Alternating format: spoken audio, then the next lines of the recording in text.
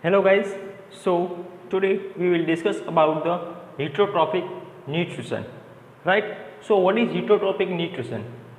This is the term obtained this came from the Greek word, right? Greek word is called as hetero. Hetero means other and trops means food, that means nourishment, right?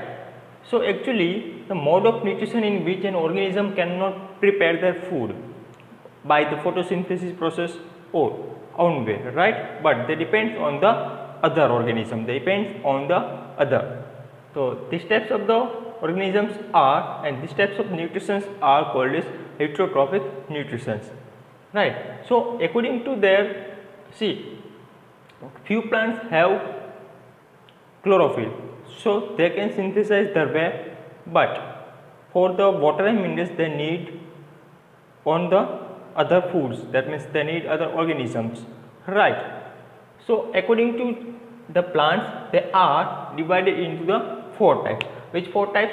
So first one is parasitic, saprophytic, insectivorous, right, and insectivorous and symbiotics, right? So today we will discuss about the parasitic plants. So what is the parasitic plants? Parasitic plants derive some or entire nutritional level and requirements from the other plants. That means the plant from which a parasitic derives its nutrition is called as the host. Now see guys, what is the meaning of host?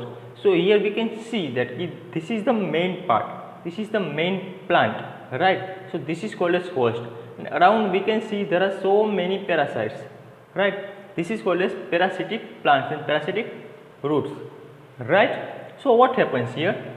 This dodder, as for example, this parasites ka example is dodder. So this dodder, these parasites will climb on this host plant, they will start to absorb the nutrients from the host plant and they can survive. So this was the example of dodder plant or parasitic root, right? Parasitic plant. Now here second one is dodder, that means ki amarbel. See, amarbel don't have green leaves, right? Hence it depends on the host food, that means ki host plant. Here second one is mistel. So second one is mistel, they have green leaves, they can synthesize the food, but for the water and mineral they depends on the host plant, right? Same way sandalwood. Sandalwood are partially parasites because it can photosynthesize, that means it can manufacture their food, but taps the roots उसकी कुछ species that depends on the other organisms, right? Or for the water and inorganic nutrients that depends on the host plant. So this was the parasite plants. Now here in the each and every case what happens?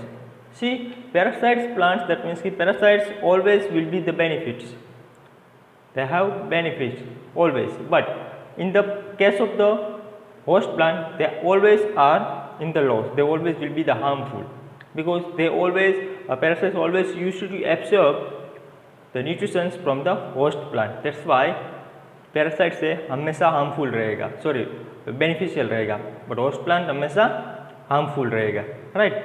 This was the parasite plants.